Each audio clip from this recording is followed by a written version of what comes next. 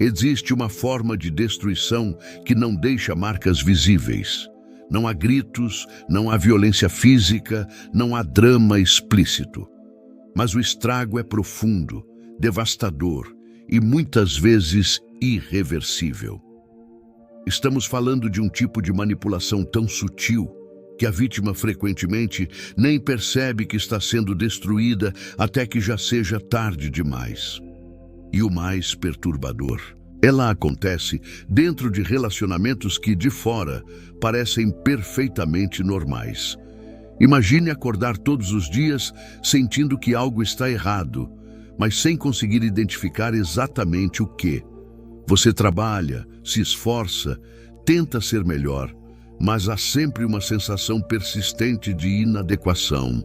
Não importa o que você faça, parece nunca ser suficiente. Essa é a realidade de milhares de homens que vivem sob um tipo específico de controle emocional, tão refinado que parece invisível. O mecanismo começa de forma quase imperceptível. Não é através de explosões de raiva ou confrontos diretos. É muito mais sofisticado que isso.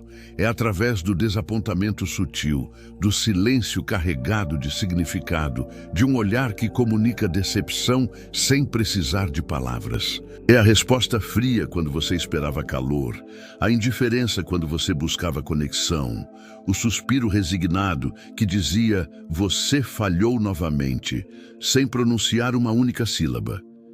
Esse tipo de controle emocional funciona porque atinge diretamente a programação psicológica que muitos homens carregam desde a infância. Desde cedo, meninos são condicionados a acreditar que o estado emocional das mulheres ao seu redor, mãe, irmãs, professoras, é um reflexo direto de seu próprio valor. Se ela está feliz, você é um bom garoto. Se ela está triste ou desapontada, você falhou. Essa programação é transferida para os relacionamentos adultos de forma quase automática. O homem passa a acreditar, no nível mais profundo de sua psique, que a felicidade da parceira é sua responsabilidade exclusiva. Não apenas uma responsabilidade compartilhada de criar um ambiente saudável, mas a obrigação total de garantir o bem-estar emocional dela. E aqui está o ponto crucial. Quando essa crença é explorada por alguém que entende seu poder, ela se torna uma ferramenta de controle absolutamente devastadora. A dinâmica se estabelece gradualmente. No início do relacionamento, tudo parece maravilhoso. Há apoio, admiração, validação, mas lentamente, quase imperceptivelmente, os padrões começam a mudar. O que antes era recebido com gratidão agora é tratado como obrigação básica. Você trabalha duro? É o mínimo que se espera. Você ajuda em casa? Você mora aqui? Não está me fazendo um favor. Você demonstra afeto? Isso deveria ser natural, não algo a ser celebrado. Cada esforço é reformulado, recontextualizado, despido de seu valor. O que você oferece deixa de ser visto como uma contribuição valiosa para se tornar simplesmente o que é esperado. E mais, a barra do que é esperado sobe constantemente, enquanto o reconhecimento diminui na mesma proporção. É um ciclo de desvalorização sistemática que corrói a autoestima de dentro para fora. O mais insidioso desse processo é como ele se disfarça. O controle vem embrulhado em papel de cuidado, de amor, de preocupação. Onde você estava? Não é perguntado com curiosidade genuína, mas com um subtexto de suspeita. Com quem você estava? Vem carregado de acusações implícitas. Por que demorou tanto? Sugere que há algo errado em suas ações, mesmo quando não há nada. Esse monitoramento constante, esse questionamento incessante, essa vigilância disfarçada de interesse é apresentado como eu só me preocupo com você, ou é porque eu te amo. Mas o efeito real é a restrição progressiva da liberdade, o estabelecimento sutil de domínio, a criação de um ambiente onde cada movimento precisa ser explicado, justificado e defendido. E aqui está o paradoxo cruel. Quanto mais transparente o homem se torna, quanto mais ele tenta provar sua confiabilidade através da abertura total, menos respeito ele recebe. A transparência, que deveria construir confiança, é interpretada como fraqueza. O homem que compartilha tudo, que não tem segredos, que está completamente aberto, gradualmente perde o mistério, a autonomia e, finalmente, o respeito. Os conflitos nessa dinâmica nunca são realmente sobre o que parecem ser sobre. A discussão não é sobre os pratos na pia, sobre o horário que você chegou, sobre a mensagem que você recebeu. Essas são apenas as superfícies, os pretextos. O conflito real é sobre poder, sobre controle, sobre estabelecer quem define as regras do relacionamento. Cada argumento segue um padrão previsível, mas exaustivo. Não importa qual seja o tema inicial, de alguma forma você termina sendo o vilão. Mesmo quando você está claramente certo, de alguma forma a conversa é redirecionada até que você esteja pedindo desculpas. Você começa defendendo uma posição legítima e termina se desculpando por coisas que nem tem certeza de ter feito. Essa manipulação emocional é estratégica. Ela mantém o homem em um estado constante de desequilíbrio. Ele nunca sabe exatamente onde pisa, nunca está completamente seguro de que está agindo corretamente. Essa incerteza constante é exaustiva e o esgotamento gradual é parte do processo. Um homem cansado, emocionalmente drenado, é um homem mais fácil de controlar. O que torna tudo isso ainda mais confuso são os padrões duplos e as expectativas que mudam constantemente. Você é incentivado a se abrir emocionalmente, mas quando o faz, é criticado por ser muito sensível ou fraco. Você é cobrado por não demonstrar sentimentos, mas quando demonstra, eles são minimizados ou usados contra você mais tarde. Quando você é forte e estoico, é acusado de ser distante e frio. Quando é vulnerável e aberto, é visto como menos masculino. Essas contradições não são acidentais. Elas são parte do mecanismo de controle. Ao manter as expectativas em constante movimento, ao nunca permitir que você realmente acerte, ao garantir que nenhum comportamento seja consistentemente validado, cria-se uma situação onde você está perpetuamente tentando alcançar um padrão que se move sempre que você se aproxima dele. O homem preso nesse ciclo gradualmente perde contato com seus próprios desejos, necessidades e identidade. Sua vida inteira se organiza em torno de um objetivo singular: manter a paz, evitar o desapontamento dela, garantir sua satisfação emocional. Seus próprios sonhos, ambições e necessidades são postos de lado, não porque alguém explicitamente ordenou, mas porque ele próprio passou a acreditar que eles são menos importantes que a tarefa impossível de mantê-la constantemente feliz.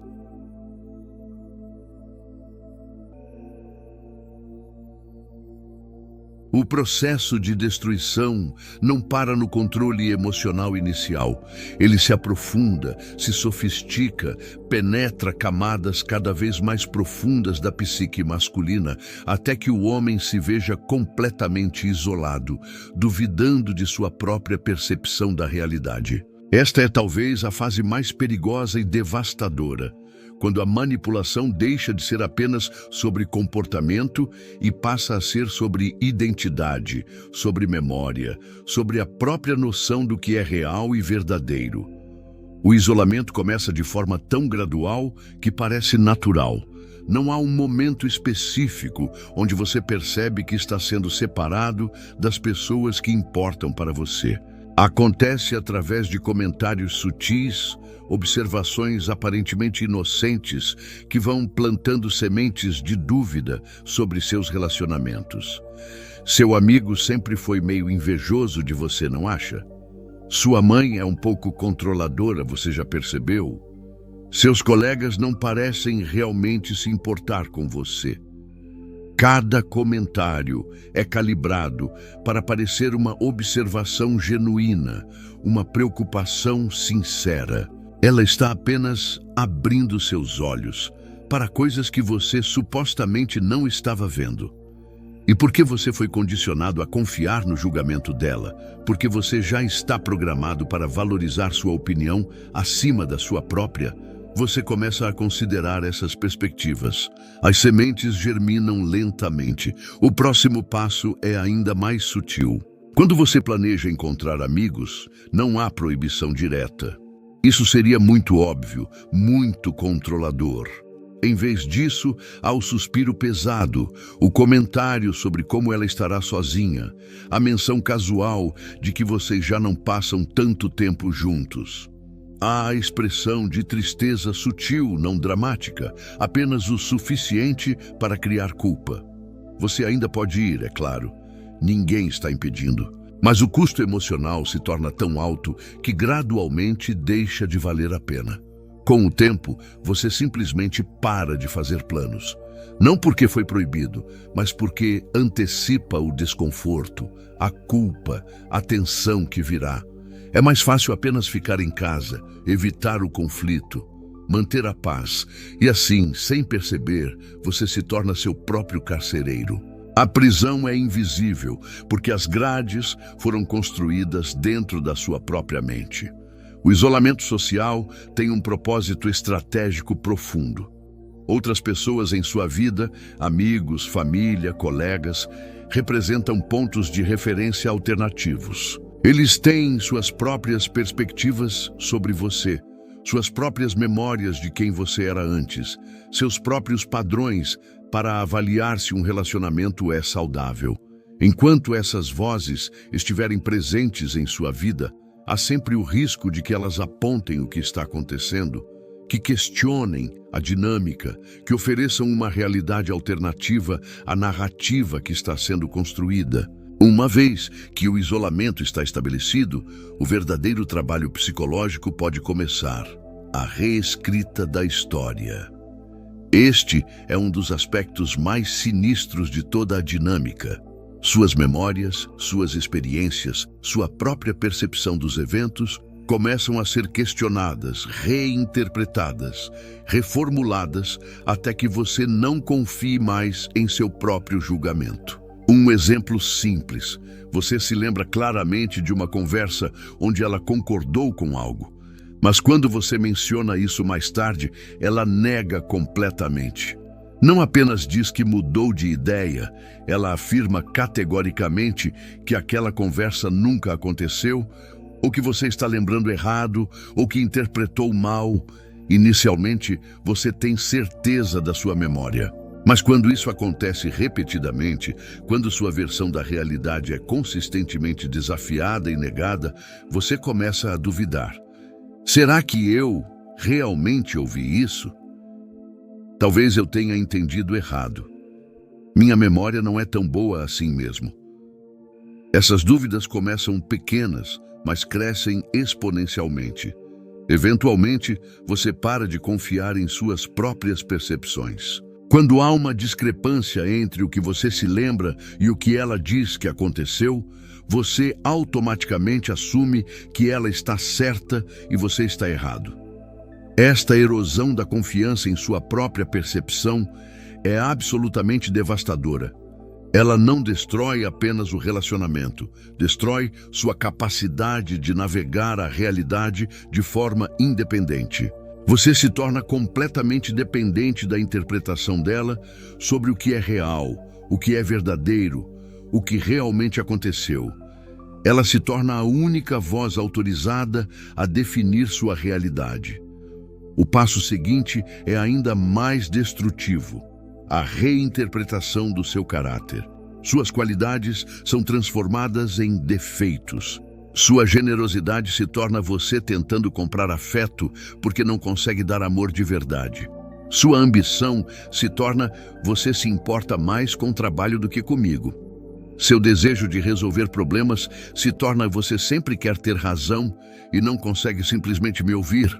Cada aspecto positivo da sua personalidade é revestido com uma camada de negatividade.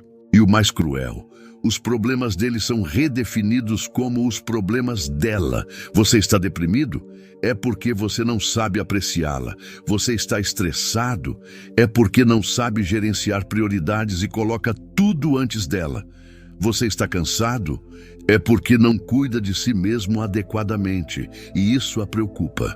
Não importa qual seja seu problema, de alguma forma ela se torna a vítima dele. Esse processo cria uma realidade onde o homem é simultaneamente o vilão e o responsável por consertar tudo. Ele é o problema, mas também o único que pode resolver o problema fazendo exatamente o que ela quer. É uma armadilha psicológica perfeita. Você é culpado e a única forma de redenção é através de submissão ainda maior. Mas aqui está o aspecto mais confuso e psicologicamente vinculante de toda essa dinâmica: o reforço intermitente. Assim como ela é capaz de criar desapontamento devastador, ela também é capaz de fornecer momentos de doçura, afeto e aprovação tão intensos que parecem valer todo o sofrimento que veio antes. Esses momentos não são aleatórios. Eles aparecem precisamente quando você está mais perto de desistir, quando a dor acumulada está prestes a superar seu condicionamento, quando você começa a considerar seriamente sair. De repente, há um dia maravilhoso, uma conversa profunda, uma expressão de amor tão genuína que parece impossível que a pessoa que causou tanta dor seja a mesma oferecendo tanto carinho agora. Este é talvez o aspecto mais cruel de toda a dinâmica, porque esses momentos de bondade e conexão não são completamente falsos. Há genuinidade neles, e é exatamente essa genuinidade que os torna tão poderosos como ferramentas de controle. Eles renovam a esperança, reforçam a fantasia de que ela pode ser assim, que o relacionamento pode ser bom, que você só precisa tentar um pouco mais, ser um pouco melhor. E então, esses momentos bons se tornarão a norma em vez de exceções raras. Psicologicamente, esse padrão de punição seguida de recompensa intermitente cria um dos vínculos mais fortes que existem. É o mesmo princípio que mantém pessoas viciadas em jogos de azar. A recompensa imprevisível e ocasional é muito mais viciante do que a recompensa consistente. O cérebro fica preso em um ciclo de esperança e desapontamento, sempre acreditando que a próxima tentativa será a que finalmente funciona. O homem preso nesse ciclo vive em um estado perpétuo de esperança falsa. Cada pequeno momento bom é interpretado como evidência de que as coisas estão melhorando, de que ela está mudando, de que o relacionamento está finalmente se tornando o que ele sempre esperou. Mas a dinâmica subjacente nunca muda realmente. Os padrões de controle, manipulação e erosão psicológica continuam, apenas pontuados ocasionalmente por intervalos de afeto que renovam o compromisso dele com o ciclo. Com o tempo, essa combinação de isolamento, reescrita da realidade e reforço intermitente cria uma prisão psicológica praticamente perfeita. O homem está isolado de perspectivas alternativas. Não confia em sua própria percepção da realidade. Está emocionalmente viciado nos raros momentos de validação e completamente convencido de que ele é o problema e ela é a única que realmente o entende. Ele não está mais vivendo sua própria vida. Está vivendo uma versão dela definida e controlada por outra pessoa.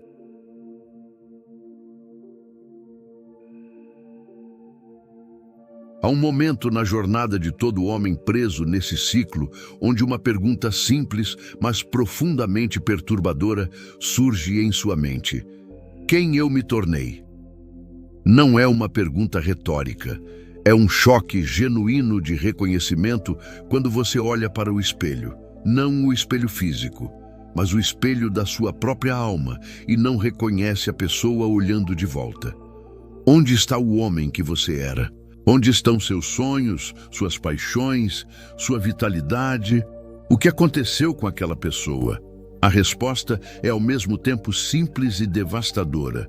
Ela foi sistematicamente desmontada peça por peça até que restasse apenas uma casca funcionando em modo de sobrevivência dedicada exclusivamente à tarefa impossível de satisfazer alguém que, por design, nunca pode ser satisfeita. Você não foi destruído de uma vez. Foi uma erosão gradual, tão lenta que cada pequena perda parecia insignificante. Mas quando você finalmente para e olha para o todo, vê o tamanho do abismo entre quem você era e quem você se tornou. Este momento de reconhecimento é simultaneamente o mais doloroso e o mais crucial, porque é aqui, neste ponto de consciência brutal, que uma escolha precisa ser feita. Você pode continuar participando da sua própria destruição, racionalizando, justificando, esperando que algum dia as coisas mudem por conta própria. Ou você pode fazer algo que provavelmente parece aterrorizante depois de tanto tempo condicionado. Você pode parar. Parar não é fácil, não é simplesmente uma questão de decidir terminar o relacionamento, embora às vezes isso seja necessário. Parar significa algo mais fundamental. Parar de se desculpar por existir. Parar de aceitar a premissa de que você é fundamentalmente inadequado. Parar de acreditar que a felicidade dela é sua responsabilidade exclusiva. Parar de sacrificar sua identidade no altar da paz temporária. Parar de negociar com terroristas emocionais. O primeiro e mais difícil passo é reconhecer que você tem participado ativamente nesse processo. Não porque você é fraco ou estúpido, mas porque foi programado desde cedo a acreditar que este era o caminho correto. Você precisa entender que essa programação, essa crença profunda de que o estado emocional das mulheres ao seu redor é um reflexo direto do seu valor como homem, foi instalada em você antes que você tivesse capacidade de questioná-la. Mas aqui está a verdade libertadora. Apenas porque você foi programado, não significa que precisa permanecer programado. Você pode questionar essas crenças fundamentais. Você pode examinar se elas realmente servem você ou se servem apenas para torná-lo controlável. E você pode, com esforço consciente e sustentado, reprogramar-se com crenças mais saudáveis e funcionais. Uma dessas novas crenças precisa ser esta: você não é responsável pelas emoções de outra pessoa. Você pode contribuir para o bem-estar emocional de alguém através de suas ações. Mas você não pode e não deve ser o único responsável por manter outra pessoa emocionalmente satisfeita. Adultos saudáveis são responsáveis por gerenciar suas próprias emoções. Quando alguém consistentemente coloca essa responsabilidade em você, não é amor, é controle. Outra crença fundamental que precisa ser estabelecida: seus desejos, necessidades e sonhos têm valor igual. Não inferior, não superior, igual. Em um relacionamento saudável, há negociação, compromisso e consideração mútua. Mas quando você consistentemente coloca as necessidades dela acima das suas, quando seus sonhos são sempre os primeiros a serem sacrificados, quando seus limites são sempre os que podem ser violados, você não está em um relacionamento, está em servidão. O processo de reconquistar a si mesmo requer algo que pode parecer impossível depois de tanto tempo: estabelecer limites. Não limites sugeridos ou implícitos, mas limites claros, firmes e não negociáveis. E aqui está o teste decisivo. Um limite só é real se você está disposto a fazer, mesmo que isso signifique consequências que você teme. Quando você diz, não vou aceitar ser tratado dessa forma, e ela responde com desapontamento, manipulação ou ameaças de abandono, que são as táticas habituais, você tem que estar disposto a deixar que isso aconteça. Você tem que estar disposto a enfrentar o desapontamento dela. Tem que estar disposto a ser chamado de egoísta, insensível, cruel. Tem que estar disposto, se necessário, a perder o relacionamento completamente. Este último ponto é crucial e aterrorizante para a maioria dos homens nessa situação. Você precisa estar disposto a perder o relacionamento para ter qualquer chance de salvá-lo ou salvar a si mesmo. Enquanto ela acreditar que você nunca irá realmente, que sua necessidade de aprovação dela é maior que sua necessidade de autorrespeito, ela não tem razão para mudar. Por que mudaria? O sistema atual funciona perfeitamente para ela. Mas quando você demonstra, através de ações e não apenas palavras, que você prefere ficar sozinho a continuar vivendo dessa forma, duas coisas podem acontecer. Ou ela reconhece que precisa mudar fundamentalmente a forma como se relaciona com você, ou o relacionamento termina. Ambos os resultados são infinitamente melhores do que continuar na dinâmica atual. Aqui está uma verdade que pode ser difícil de aceitar. Nem todos os relacionamentos devem ser salvos. Alguns relacionamentos são fundamentalmente tóxicos, construídos sobre dinâmicas de poder e controle desde o início. Nesses casos, não há versão saudável do relacionamento esperando para ser descoberta. Há apenas duas pessoas presas em uma dança destrutiva, e a única solução real é parar de dançar. Como você diferencia um relacionamento que pode ser curado de um que precisa terminar? Observe a resposta quando você estabelece limites saudáveis. Se há abertura para reflexão, vontade genuína de entender, esforço real para mudar padrões, então há esperança. Mas se seus limites são consistentemente tratados como ataques, se qualquer tentativa de afirmar suas necessidades é reinterpretada como você sendo o problema, se não há capacidade ou disposição de reconhecer a dinâmica destrutiva, então você tem sua resposta. O processo de reconstrução de si mesmo não acontece da noite para o dia. Você passou anos sendo condicionado, tendo sua realidade reformulada, sua identidade erodida. A reconstrução leva tempo. Mas começa com pequenos atos de autoafirmação. Começa quando você reconecta com amigos que foram afastados. Começa quando você retoma hobbies que foram abandonados. Começa quando você toma decisões baseadas no que você quer, não no que evitará o desapontamento dela. Cada um desses pequenos atos é simultaneamente simples e monumentalmente difícil, porque cada um deles envolve enfrentar a culpa que foi cuidadosamente instalada em você. Cada vez que você escolhe suas próprias necessidades, há uma voz interna, a voz dela internalizada, dizendo que você é egoísta, insensível, inadequado. Você precisa aprender a reconhecer essa voz pelo que ela é. Não verdade, mas programação. E você precisa escolher ignorá-la. A reconexão com sua própria identidade frequentemente revela algo surpreendente. Você esqueceu quem você é. Não apenas quem você era antes do relacionamento, mas quem você realmente é no seu núcleo. Suas opiniões genuínas, seus desejos reais, seus valores autênticos, todos foram enterrados sob camadas de condicionamento e adaptação. Redescobrir isso é como conhecer a si mesmo pela primeira vez. Parte desse processo envolve reaprender a confiar em sua própria percepção. Lembra quando sua realidade era constantemente questionada, quando suas memórias eram negadas, quando você foi ensinado a duvidar de seu próprio julgamento? Você precisa reverter isso sistematicamente. Comece confiando em observações pequenas e óbvias. Depois, gradualmente construa até que você possa novamente confiar em sua leitura de situações complexas. Buscar perspectivas externas é crucial neste estágio. Não necessariamente para que outros lhe digam o que fazer, mas para ter pontos de referência alternativos.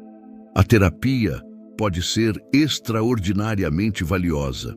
Amigos que o conhecem há muito tempo podem oferecer reflexões sobre como você mudou. O importante é quebrar o monopólio que uma única voz teve sobre sua realidade por tanto tempo.